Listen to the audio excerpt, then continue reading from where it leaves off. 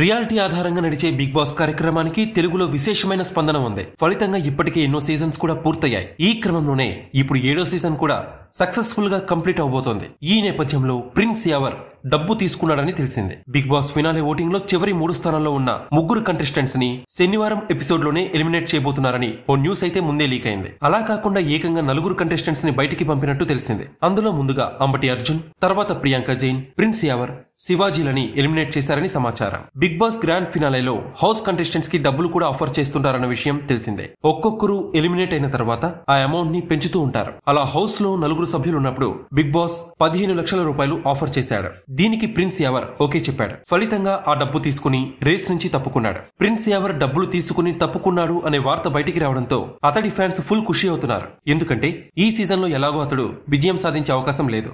ఈ సీజన్ లో పల్లవి ప్రశాంత్ కానీ, అమర్దీప్ చౌదరి కానీ, శివాజీ కానీ విజయం సాధించే అవకాశం ఉంది. అందుకే ఇలాగైనా యావర్ కాస్త లాభపడ్డాడు అని వాళ్ళు చెప్పుకుంటున్నారు. అసలు ప్రిన్స్ యావర్ దేనికి కాంప్రమైజ్ కాడు. అలాంటిది 15 లక్షల రూపాయలు తీసుకుని ఎలా తప్పుకున్నాడు అనే సందేహం కూడా చాలా మందికి వస్తోంది. అయితే తాజా ఎపిసోడ్ లోనే దీనికి సమాధానం ఉంది. ఇందులో శివాజీ యావర్ ని ఉద్దేశించి, అరే యావర్, గ్రాండ్ ఫినాలేలో ఛాన్స్ వస్తే వదులుకోకు, మంచి నిర్ణయం తీసుకో, నేను చెప్పేది అర్థమవుతుందిగా అని చెప్పాడు. ఇది గ్రహించిన యావర్ డబ్బు తీసుకున్నాడని అనుకుంటున్నారు. ఏదేమైనా శివాజీ సూచనలతో అటు పల్లవి ప్రశాంత్, ఇటు ప్రిన్స్ యావర్ ఇద్దరూ లాభపడ్డారు.